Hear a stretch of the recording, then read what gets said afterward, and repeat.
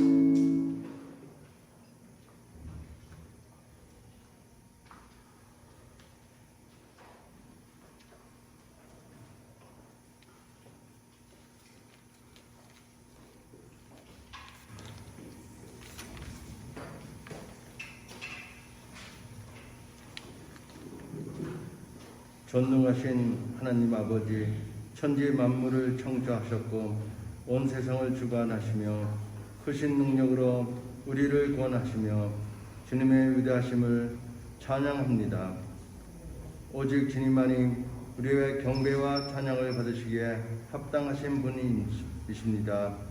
이 시간 우리가 영과 진리로 예배하며 나아갈 때 주님 홀로 높임을 받으시옵소서. 사랑의 하나님, 우리는 참으로 어리석고 연약하여 세상에 속한 일시적인 것을 추구하기도 하고 금방 사라져 버릴 것에 우리의 마음을 빼앗길 때도 있었음을 고백합니다. 이 시간 주님이 거룩하신 손으로 우리의 눈물에 가리우는 비닐을 벗겨주시고 닫혀진 우리의 영혼을 열어주셔서 살아계신 하나님의 얼굴을 보게 하여 주시옵소서. 그래서 영원히 변하지 않는 주님의 말씀을 추구하고 붙들며 살아가는 주님의 백성들이 되게 하시옵소서. 긍휼을 베푸시는 주님, 참으로 힘겨운 이 시대를 살아가고 있는 저희들을 불쌍히 여겨 주시옵소서. 질병으로 고통받는 자들을 고쳐주시고 사업의 어려움으로 힘겨워하는 이들을 처지를 헤아려 주시옵소서. 여전히 해결되지 않는 문제로 인하여 발버둥 치면서 애쓰는 자들의 삶도 주님의 강한 손으로 구원하여 주시기를 간구합니다. 특별히 전 세계적으로 확산된 코로나19는 우리의 일상을 계속해서 많은 변화와 어려움을 가져다 주었습니다. 그러나 하나님, 코로나19로 인하여 좌절하고 낙심하기보다는 이번 사태를 계기로 우리 자신을 돌아보며 주님께 더 가까이 나아갈 수 있기를 소망합니다. 저희들이 힘과 능력으로 해결할 수 없는 현실 속에서 우리의 무능함을 절감하면서 겸손한 마음으로 전능하신 하나님을 바라보며 의지하는 성들이 되게 하시옵소서. 이럴 때일수록 모든 성도들이 더욱 마음을 합하여 기도하게 하시고 온 마음으로 주님을 예배하는 데 힘쓰는 이 땅의 교회가 되게 하시옵소서. 무엇보다도 하나님을 부인하고 멸시하는 세상 속에서 주님의 몸된 교회가 하나님께서 찾으시는 남은 자와 같은 역할을 잘 감당하게 하셔서 하나님을 예배하는 사명과 함께 세상을 위하여 기도하는 중보자로서의 사명도 잘 감당할 수 있도록 도와주시옵소서. 이 시간 주님의 말씀을 대화하는 심성호 목사님에게 영육간의 강건함을 주시고 성령의 두루마기를 입혀주셔서 하나님 말씀이 이 예배 중에 선포될 때 온전하신 하나님의 뜻만이 드러나는 시간이 되게 하여 주시옵소서. 말씀을 듣는 모든 성들의 마음을 성령님께서 신이 주정하여 주셔서 우리의 마음이 옥토와 같이 변하게 되고 말씀이 씨앗이 우리의 심령에 떨어질 때 풍성한 결실을 맺는 우리 모두의 삶이 되게 하여 주시옵소서. 오늘 아름다운 찬양으로 주님의 성호를 드높이는 찬양대의 찬양을 기쁘게 받아주시고 예배와 교회를 섬기는 예배위원 삶 속에도 풍성한 은혜를 부어주시옵소서. 만왕의 왕 되시는 주님께 모든 감사와 찬양과 영광을 돌려드리며 우리를 사랑하시되 끝까지 사랑하시는 예수 그리스도의 이름으로 기도드립니다. 아멘.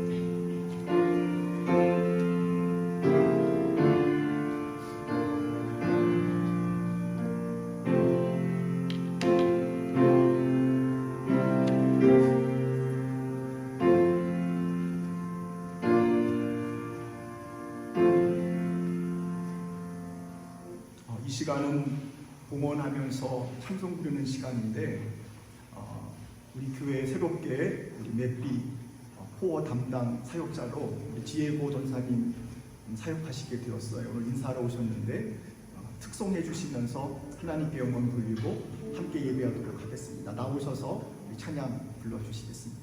사모님도 같이 나오시는 것 같아요. 알레산드라 사모님인데 두 분 같이 나오셔서 앞으로 나오시죠. 제가 우리 지혜고 전사님은 나올 동안 제가 소개할게요. 나오세요.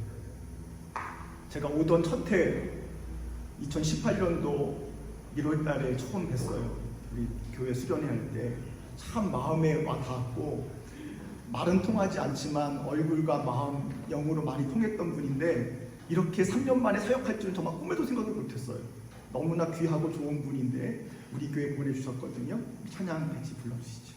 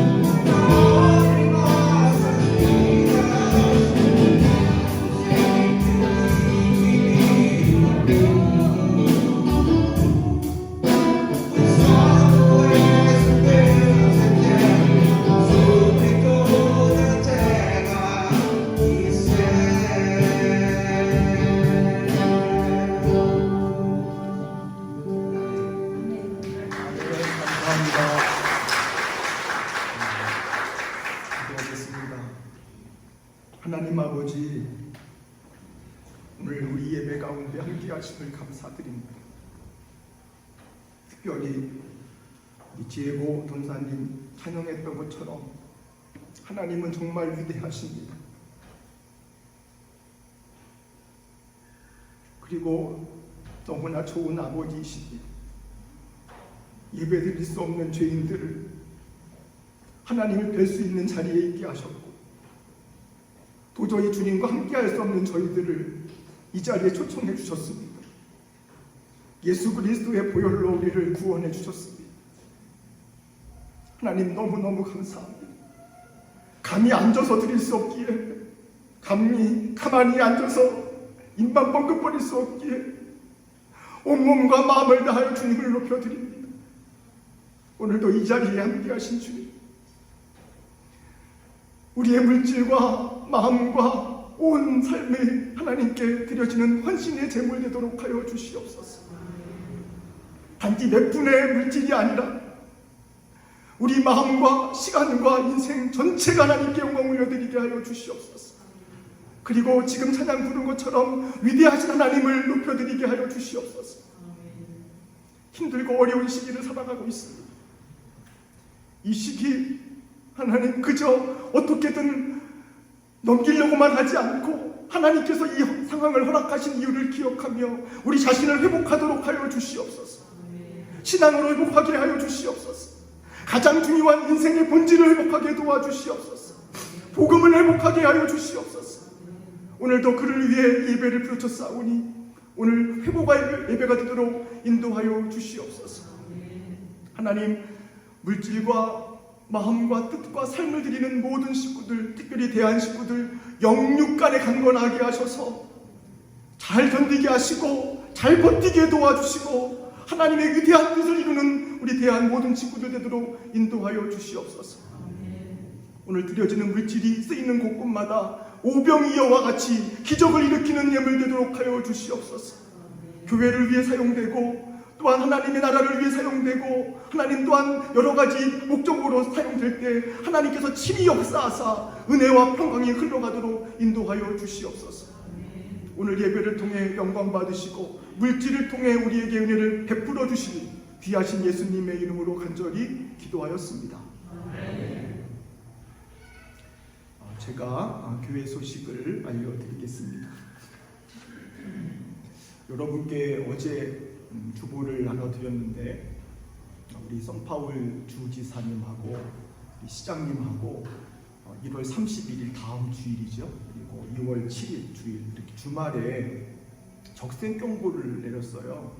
그래서 제가 좀 상의해서 온라인 예배로 드릴 수밖에 없는 상황이구나 해서 그렇게 광고를 드렸는데 제가 오늘 조금 전에 들었어요. 이 이야기가 교회하고 성당과 관계가 없대요. 이 적색 경고 자체가. 그래서 제가 좀 인위적이지만 이 자리에서 광고를 드릴게요. 저희 예배 쉬지 않겠습니다. 이거 법적으로도 아무런 문제 없고 예배 교회 다 허락됐기 때문에 다음 주, 그 다음 주 예배 드릴 테니까 제가 혹시라도 만약에 또 무슨 일이 있으면 전체 톡에다가 올릴 테니까 다음 주에도 같이 여러분 예배 드릴 테니까 잘 기억해 주시고 이 주보는 어저께 보낸 거라 그 상황이 전 상황이기 때문에 그렇게 말씀을 드려요. 다음 주에도 똑같은 시간에 예배 드리니까 잘 기억해 주세요. 그리고 봉헌 찬송 불러주신 우리 디에고 전사님 식구들 다 같이 나오셨는데 지난 거의 한 1년 동안 포어 맵비 사역하실 분이 안 계셔서 물론 코로나 상황이기도 했지만 너무너무나 가슴 아파하고 사실 저도 기도하고 있었거든요. 근데 하나님께서 정말 택하시고 준비하신 그 디에고 전사님 오시게 되었어요. 제가 그 일일이 상황은 나중에 설명을 좀 드릴게요. 제가 사실 간증할 게 좀 있는데 이 부분에 대해서 그 나중에 드리고 잠깐 나오셨는데 인사만 좀 드리도록 하겠습니다. 그냥 그 자리에서만 일어나 주시겠어요? 우리 디에고 전사님 일어나 주시고 알레산드라 일어나 주시고 조홍 일어나 주시고 일루이사 일어나 주시고 이렇게 부부고 조홍이 이번에 시험 보는 아들이고요. 일루이자가 딸이에요. 우리 박수로 한번 크게 환영해 주십시오.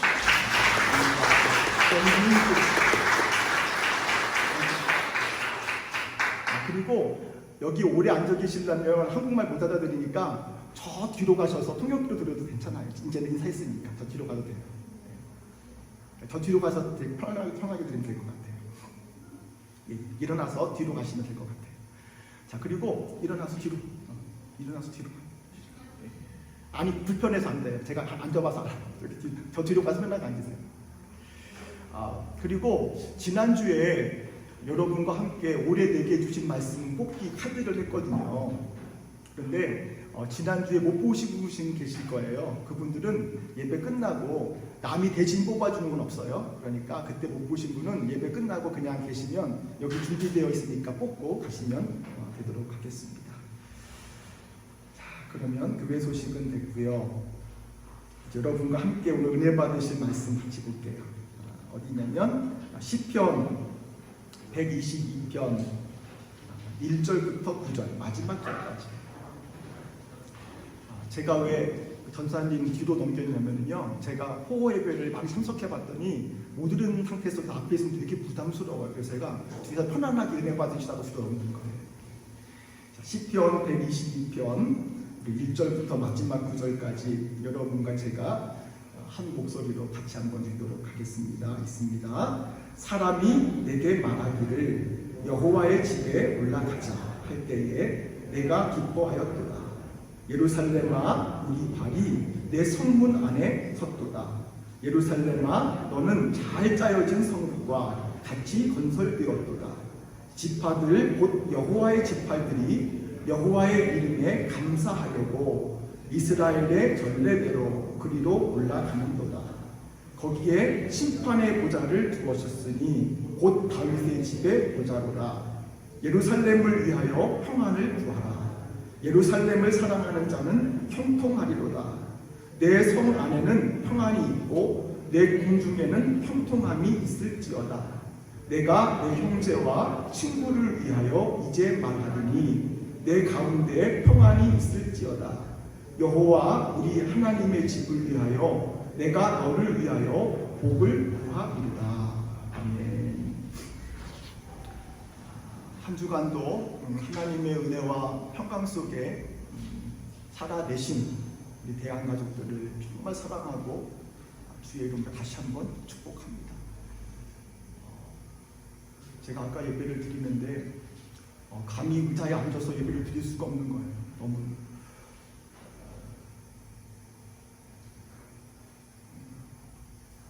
하나님께 황송해서요. 그냥 그 자체가 너무 좋은 거예요. 예배 드릴 수 있는 그 자체가.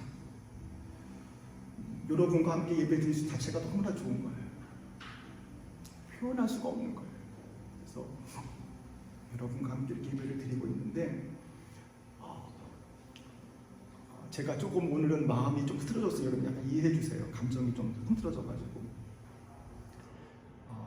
2021년도 새해를 맞아서 여러분과 함께 우리 교회 표어제 올해 작년에 이어서 무너진 성벽을 재건하라, 그런 제목으로 새해 첫째 주부터 하나씩 신앙적으로 점검을 하고 있어요.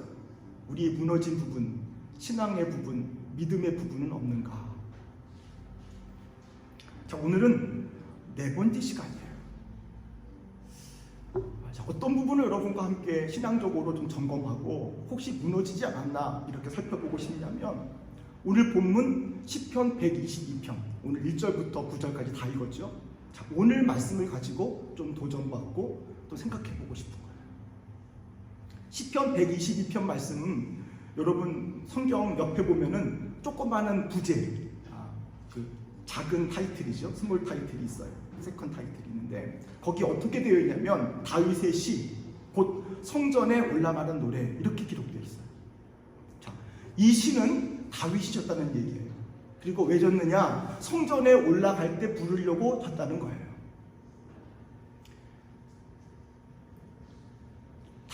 다윗과 성전과는 무슨 관계가 있을까요? 이 이야기는 사무엘하 5장, 6장, 7장에 나와요. 다윗이 온 이스라엘 12지파의 왕이 되었어요. 드디어. 그리고 왕이 되어서 이제 그가 나라를 다스릴 수도 예루살렘을 향해서 다윗성을 만듭니다. 왕이 되었으니까 다 모든 나라를 아누릴 성이 필요했을 거 아니에요. 그런데 자기는 왕이 되었지만 다윗성에 제일 먼저 하고 싶은 일이 뭐냐면 하나님의 법궤를 모시고 오고 했어요. 하나님이 다스리시고 하나님이 통치하신 나라가 되기 위해서. 그래서 다윗이 이스라엘 왕이 되고 다윗성에 올라가면서 제일 먼저 한 일이 뭐냐면 하나님의 궤, 언약궤, 법궤라는 것을 모셔오도록 했어요. 이제 그 법궤라는 것이 하나님의 임재와 하나님의 능력의 상징이었거든요. 하나님의 중심으로 내가 다스리리라. 그런데 그 법궤를 다윗성으로 옮겨오는 과정 속에서 수레에다가 이 법궤를 옮겨오는데 소가 뛰는 바람에 그 수레를 움직이던 우사라는 사람이 자기도 모르게 그 법궤에서 손을 대버려요. 움직이지 않게 하려고, 넘어지지 않게 하려고. 그러다가 그 베레스가 갑자기 여호와의 법궤에 손을 대는 순간 갑자기 죽게 돼버려요. 다윗이 깜짝 놀랐어요.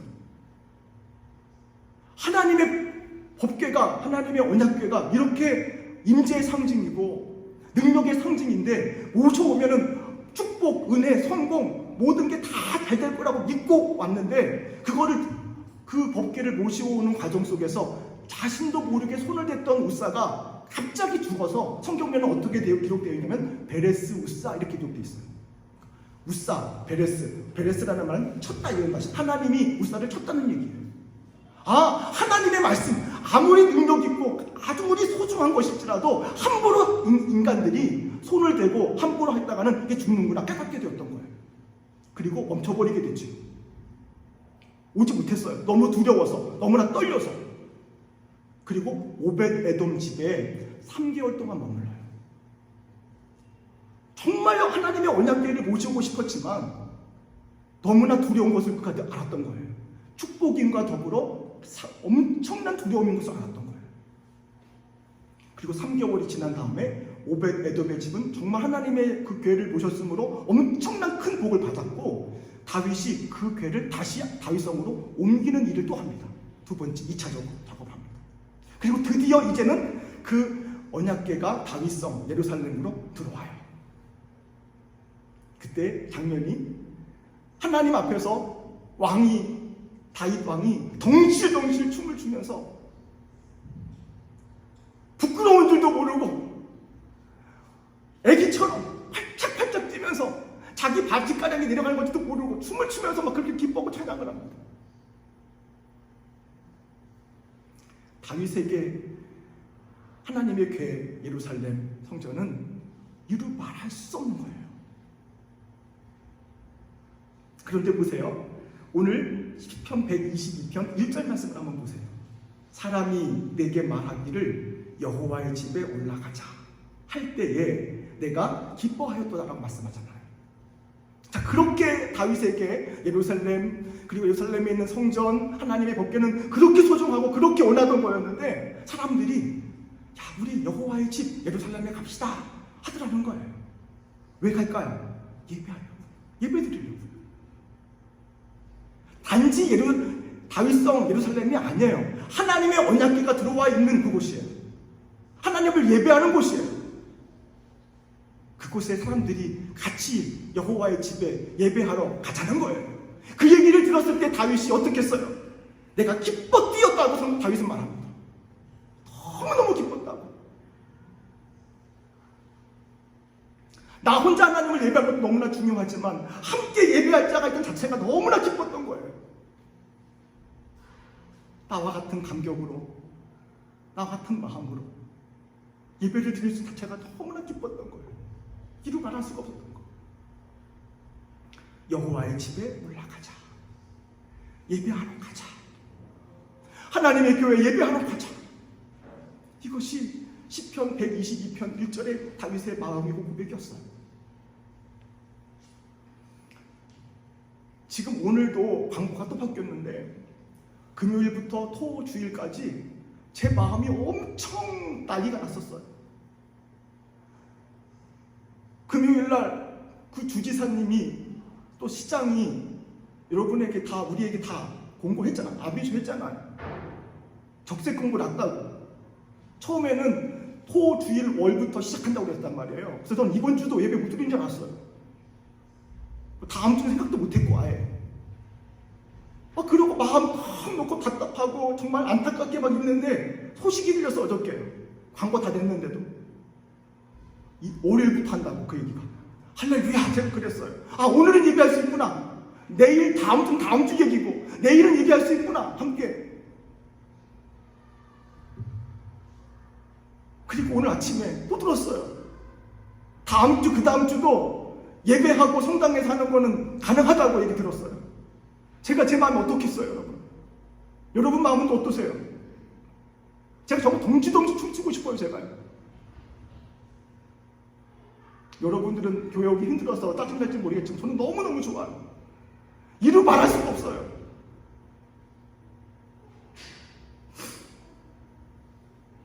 물론 온라인 예배도 좋긴 하지만 저도 온라인 예배 제가 해보잖아요. 저부터도 힘들어요. 온라인 예배 드리려면요. 한 명이든 두 명이든 함께 하나님의 집에서 예배 드리는 게 얼마나 좋은지, 얼마나 감사한지 이루 말할 수가 없어요.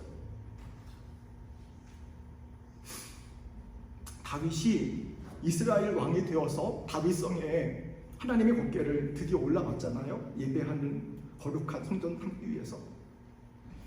그런데 하나님의 법궤가 올라는 왔지만 성전이 금방 지어진 건 아니란 말이에요. 여러분도 알다시피 솔로몬 때에 성전이 지어지게 됐어요. 다윗 때 말고 그 아들 때예요. 다윗이 그렇게 성전을 짓고 싶어 했어요. 하나님을 위해서. 법궤도 왔고 하나님이 머무실 그 장소, 택하신 그 하나님 임재의 거룩한 성전을 짓기 위해서 하나님이 허락하지 않았거든요. 다시는 준비만 했고 그 아들 때 가서 솔로몬 성전이 완공되게 되었어요. 하지만 다윗은 꼭 내가 져야겠다는 그런 마음보다도 하나님의 거룩한 성전이 우리 가정과 우리 이스라엘을 통해서 지어진 사실이 너무나 기뻤던 거예요. 그래서 오늘 여러분 2절 말씀, 3절 말씀 보세요. 예루살렘아 너는 잘 짜여진 성읍과 같이 건설되었구나 라고 말합니다. 다윗이 하나님의 성전에 이렇게 들어가 보니까 성전에 있는 구석구석 모든 기물, 모든 의자 하나하나, 전구 하나하나, 벽돌 하나하나가 다 눈에 들어오는 거예요. 얼마나 소중하고 얼마나 귀한지 그냥 지나칠 수가 없는 거예요. 하나님의 성전의 교회 문을 들어올 때 그 대문부터가 달라요. 느낌이 다른 거예요. 하나님의 뜰을 밟을 때도 느낌이 다른 거예요. 잘 짜여진 아주 사모하는 너무나 완벽한 하나님의 지구나라고 고백하는 거죠. 그리고 4절 말씀을 보니까 지파들 곧 여호와의 지파들이 여호와의 이름으로 감사하려고 왔구나. 단지 법궤만 건물만 지어진 것이 아니라 한 주 동안 이곳저곳에 사역하던 우리 믿음의 식구들이 이 장로님, 저 장로님 오셨고 저 집사님 오셨고 저 집사님 오셨고 각 지파들이 모여서 하나님을 예배하더라는 거예요.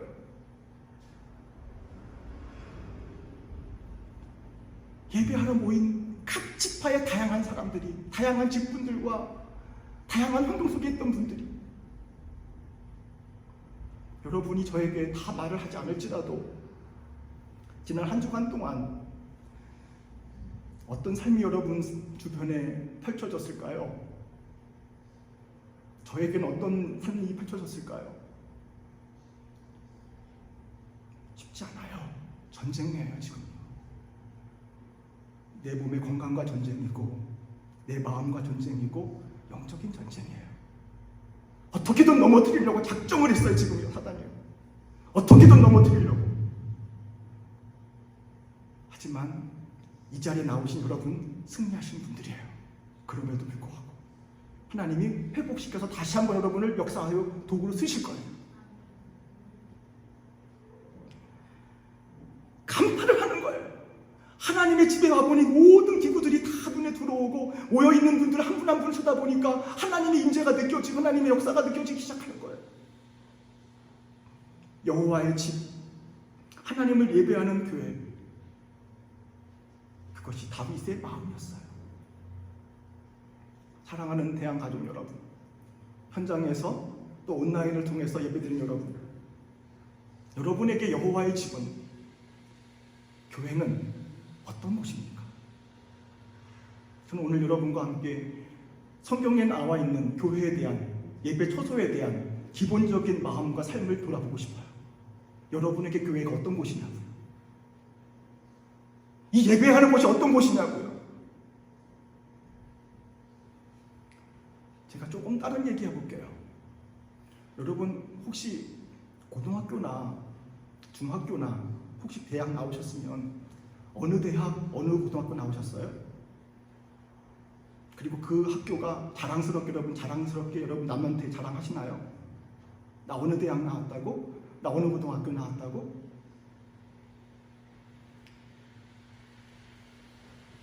이것을 제가 왜 묻냐면, 어떤 사람들은 일부러 자랑할 건 아니지만 자기가 나온 학교나 자기가 나온 어떤 지역이나 대해서 굉장히 부정적이고 굉장히 우습게 여기는 분이 있어요.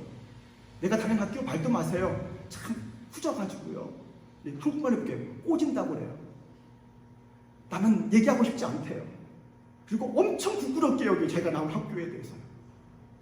여러분, 그러면 그 학교도 학교지만 그렇게 말하는 분 어떤 분인지 뻔히 알 수 있어요.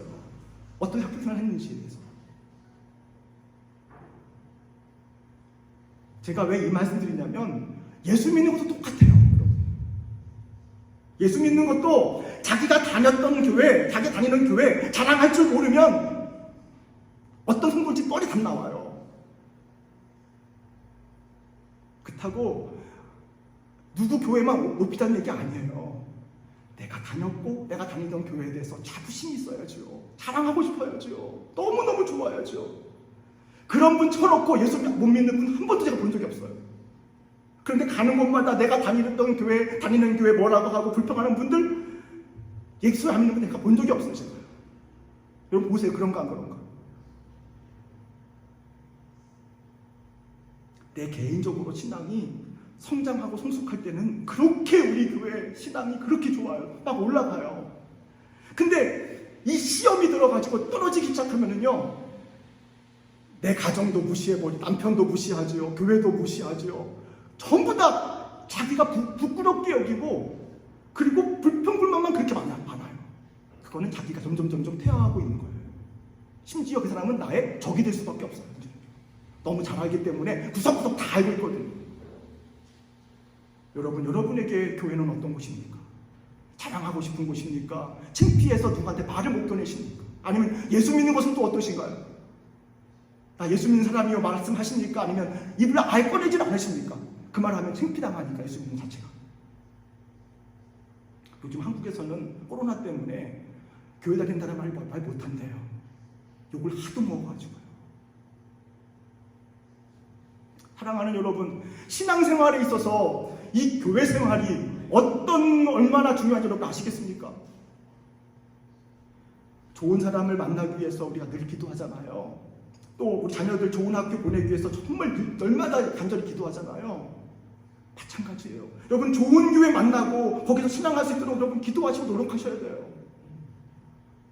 마지막 때에 정말 영적으로 잘 깨어있고 살아있는 하나님 인정하시는 그런 믿음의 토도로 들어가서 함께 예배하는 거 얼마나 중요하겠습니까?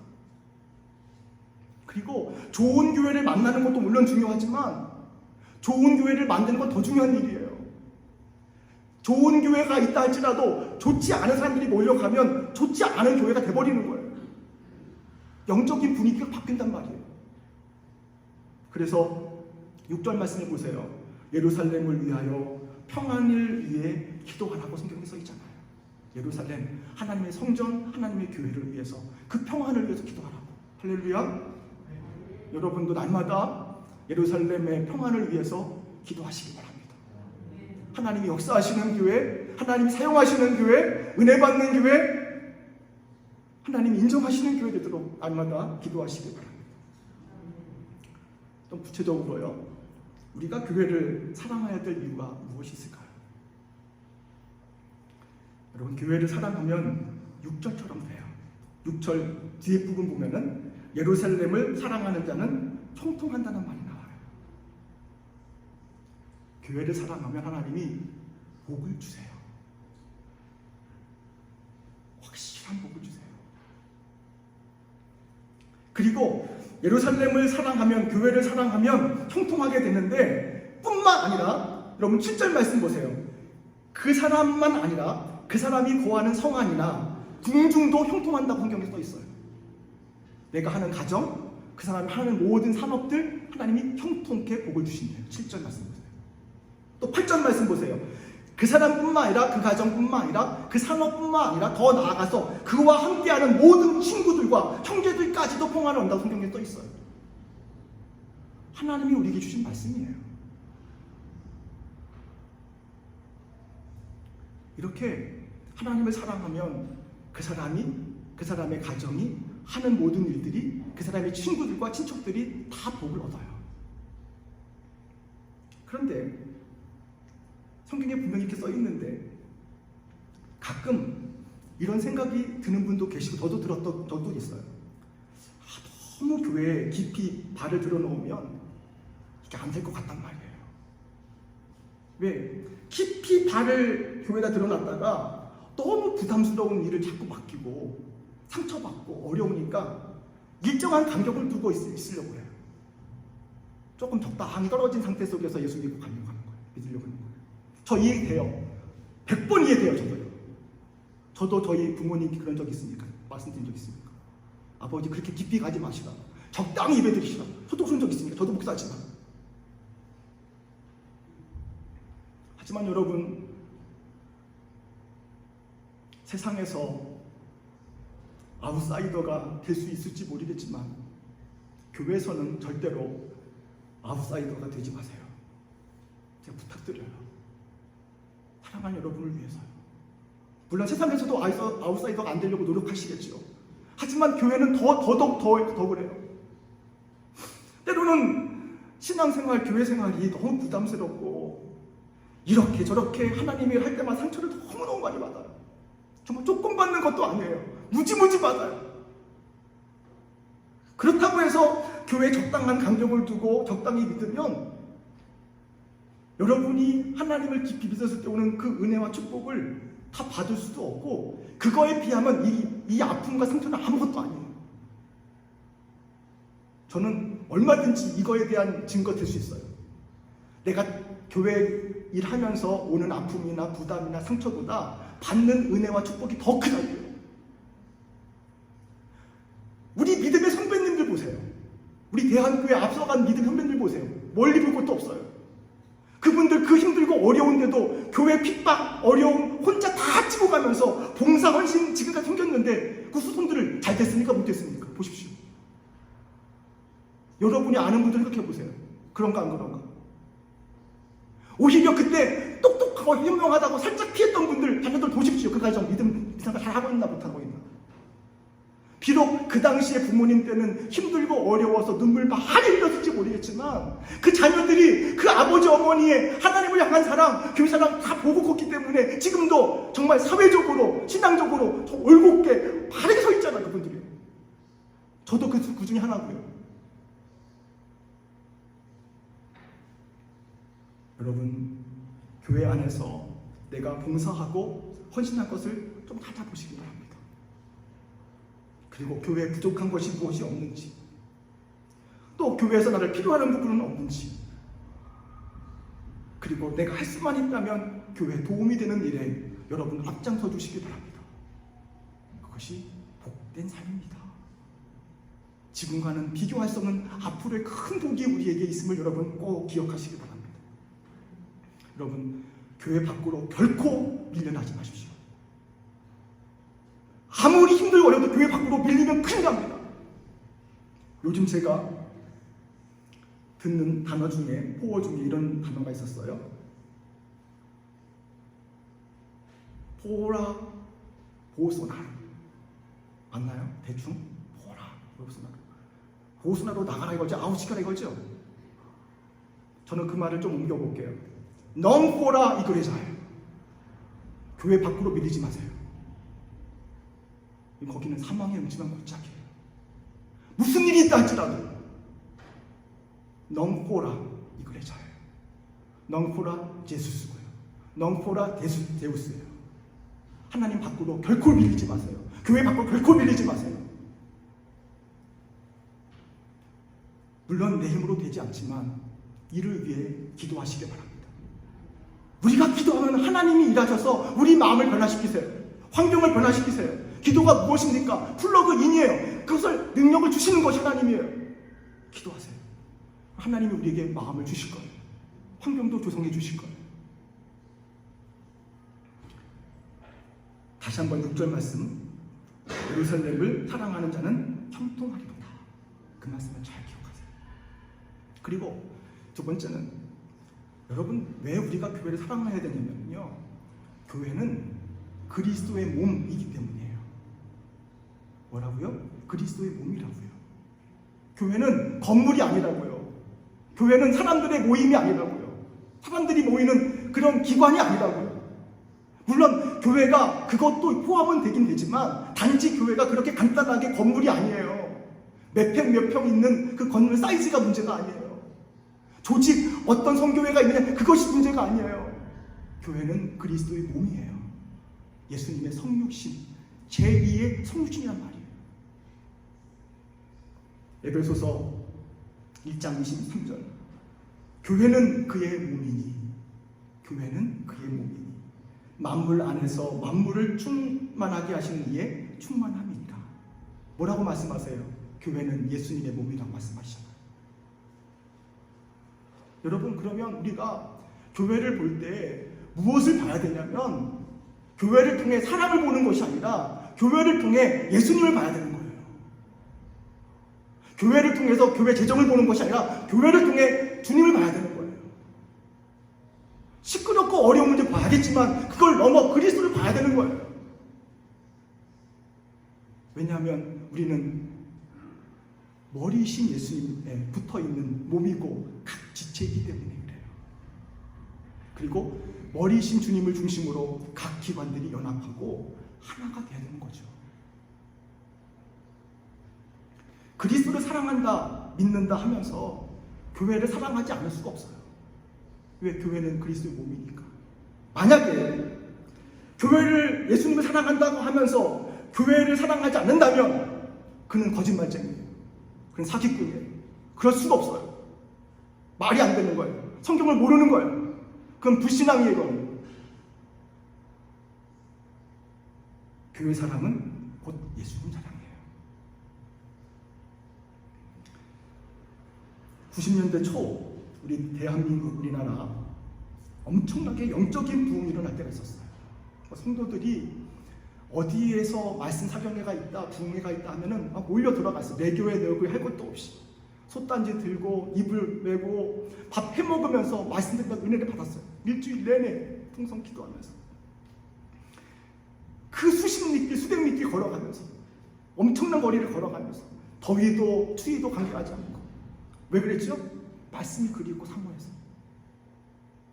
그분들이 거기서 십시일반 조금씩 돈 모아서 하나님의 교회를 건축을 했어요. 그때 무슨 기술이 있고 돈이 있었겠어요. 자기가 직접 벽돌을 만드는 거예요. 내 힘과 노력으로 한돌 한돌 쌓아가면서 통도를 졌어요. 왜? 교회 사랑이 예수 사랑이었기 때문에. 그렇게 여러분, 그것은 한국교회 옛날 얘기가 아니라 대한교회도 마찬가지예요. 대한교회도 49년 전에, 이제 곧 50년 전에 우리 교회 어떻게 세웠겠어요? 예수님 사랑이 교회 사랑이기 때문에 교회를 아끼고 사랑하고 헌금하고 헌신했던 거예요. 그 마음으로. 오늘날 그 대한교회가 여기 있는 거거든요.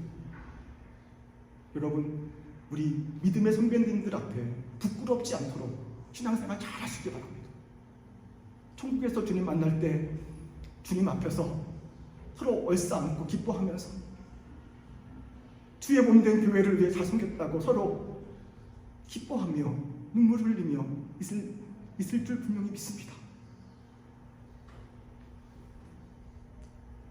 얼마나 이 교회를 위해서 우리 믿음의 선배님들이, 우리의 어른들이 뜨겁게 사랑하고 얼마나 헌신했는지 말할 수가 없습니다. 예수님 사랑이 교회 사랑이었기 때문에, 교회 사랑이 예수님 사랑이었기 때문에. 여러분, 교회를 쉽게 여기지 마십시오. 교회는 건물 아닙니다. 교회는 조직 아닙니다. 교회는 사람 아닙니다. 그저 신문이나 우유나 배달해 먹듯이 먹다가 끊고 그냥 안에는 옮겨버리고 그런 거 교회 아닙니다. 유튜브 채널 보다가 마음에 안 맞으면 돌리는 것, 그거 교회 아닙니다. 요즘 유튜브 틈을 통해서 교회들이 많이 생존하고 말씀도 많이 일어나지만 내 마음에 있으면 보다가 옮기는 것, 그거 교회 아닙니다. 교회는 예수 그리스도의 몸입니다. 여러분들은 지금 그리스도의 몸 안에 들어와 있는 것입니다.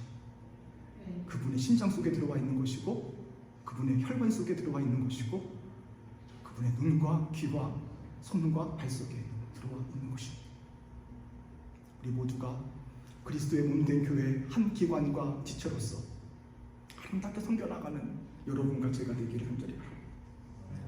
한 교회는 여러분 하나 또 명심해야 될 것은, 교회는 많은 오해가 있는 것 같아요. 민주주의 아닙니다. 여러분, 민주주의가 뭐죠?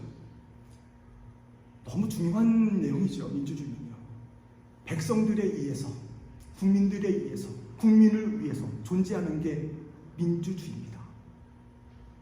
그런데 교회는 민주주의, 사람들을 위해서, 사람들에 의해, 사람들을 위한 교회는 결코 아닙니다. 오해하지 마십시오. 교회는 하나님에 의해서, 하나님을 위해서 있는 곳입니다.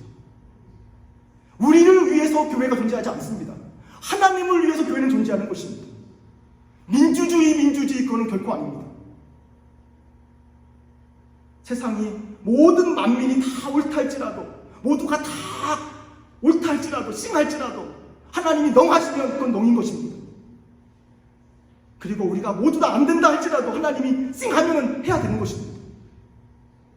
교회는 결코 다수결이 아닙니다.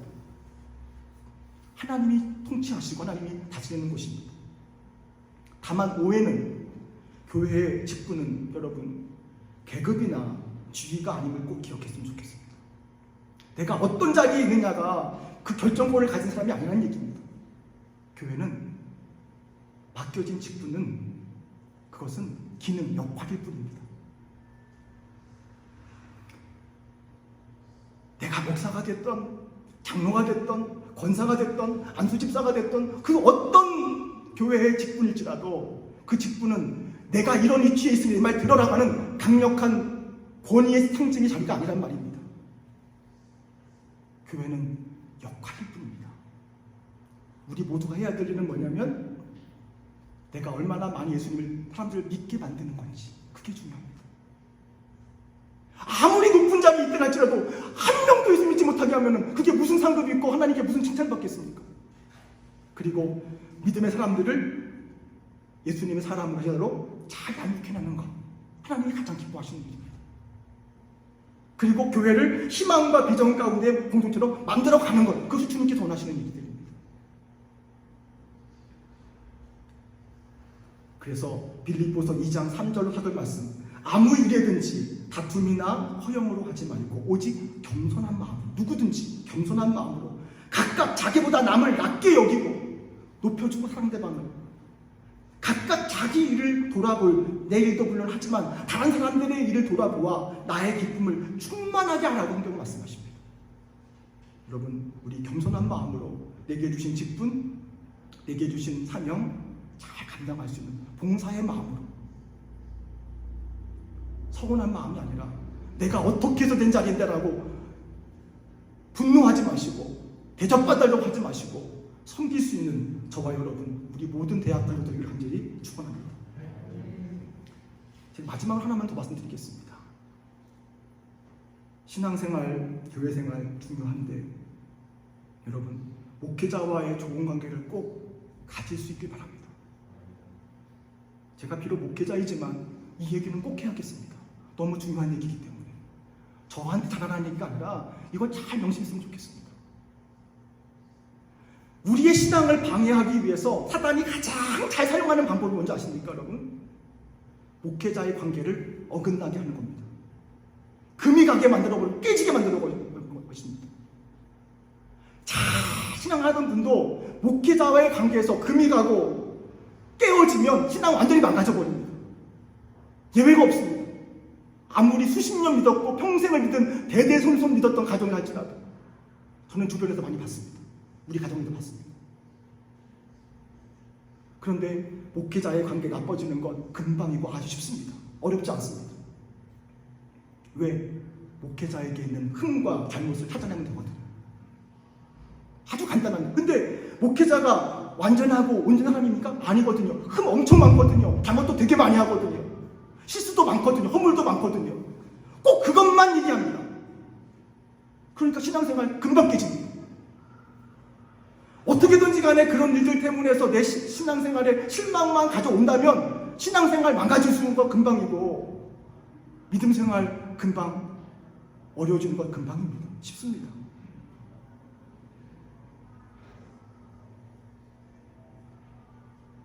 여러분 이 얘기는 이 자리에 앉아 계신 분 거의 모든 분들은 너무 잘 이해하실 겁니다.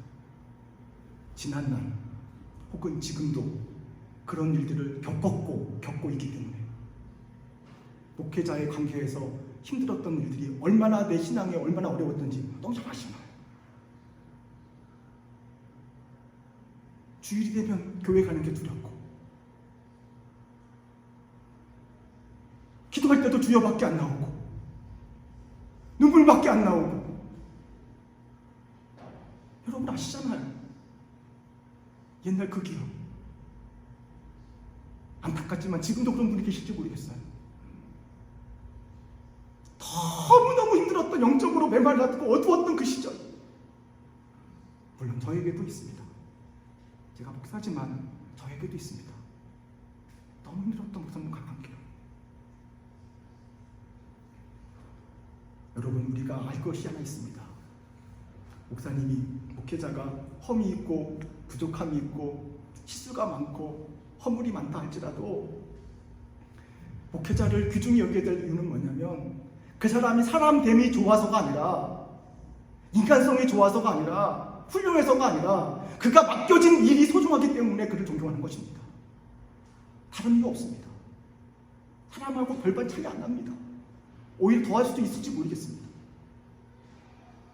하나님이 그를 통해서 하나님의 일들을 역사하려고 뽑으신 사람 아닙니까? 다윗이 사울왕을 그렇게 죽이려고 했습니다. 정말 상대도 안 되는 다윗을 그렇게 죽이려고 했습니다. 그때 다윗이 사울을 죽일 수 있는 기회 너무너무 많았잖아요. 한두 번도 아니고. 근데 다윗이 사울을 안 죽인 이유 여러분 아시죠? 기름 부었다는 이유 때문에 죽이지 않았습니다. 손대지 않았습니다. 하나님께서 기름 부은 사람을 내가 어찌 내 생각으로 그를 처단하리요, 그런 믿음을 가지고 결코 손을 대지 않았습니다. 그저 하나님을 믿었습니다. 주께서 세운 사람이니 하나님께서 해결해 주시라고 그는 믿고 그를 섬겼습니다. 어떻게 됐죠? 하나님이 그를 하시잖아요. 하나님이 기름 부으신 사울이 잘못되면 하나님이 직접 손으로 치실 겁니다.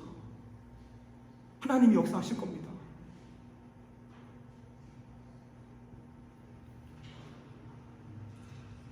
목회자의 갈등이 있다면, 문제가 있다면 할 수 있는 대로 기도하십시오. 하나님께 맡기십시오. 제가 좀 마무리하겠습니다. 오늘은 무너진 성벽을 재건하라 네 번째 시간, 우리 신앙, 교회 생활에 대한 부분이었습니다. 교회를 사랑하면 복을 받습니다. 그리고 교회는 그리스도의 몸이기 때문입니다. 교회는 결코 민주주의 아닙니다. 하나님의 통치가 있는, 하나님이 다스리시는 곳입니다. 그리고 좋은 신앙을 위해서, 목회자와 좋은 관계를 위해서 늘 기도하시기 바랍니다. 오늘 6절 말씀 말합니다. 예루살렘을 위하여 평안을 구하라. 우리 대한교회가 올 한 해 다시 한번 이 부분에 회복하여서 교회 생활이, 믿음 생활이 너무너무나 즐겁고 행복해서 하나님께서 복을 주시지 않으면 안 되게끔 되는 아름다운 교회가 되어서 이 시대에 모델되고 아름다운 우리 대한교회 모두가 되기를 간절히 축원합니다. 이 시간 기도하겠습니다.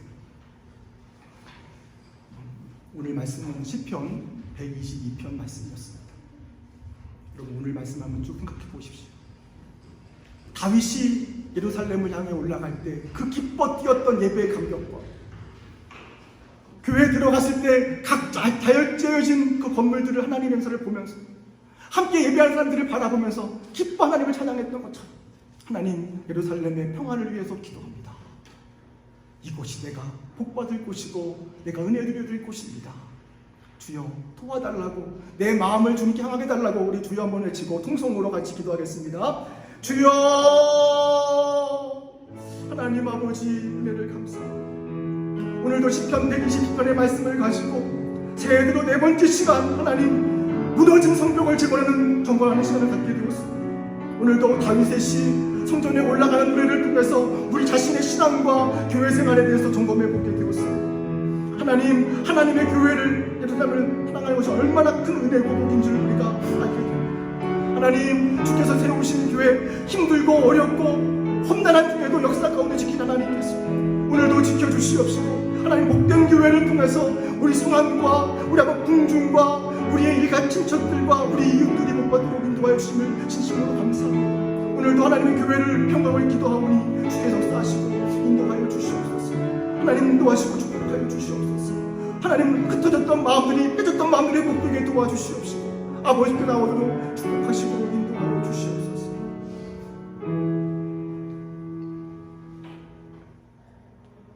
하나님 아버지, 주께서 핏값으로 주신 대한교회, 우리 교회 핏값에 부끄럽지 않는 삶이 되게 하시고 신앙되도록 하여 주옵소서. 예배를 목숨과 같이 지키게 도와주시옵소서.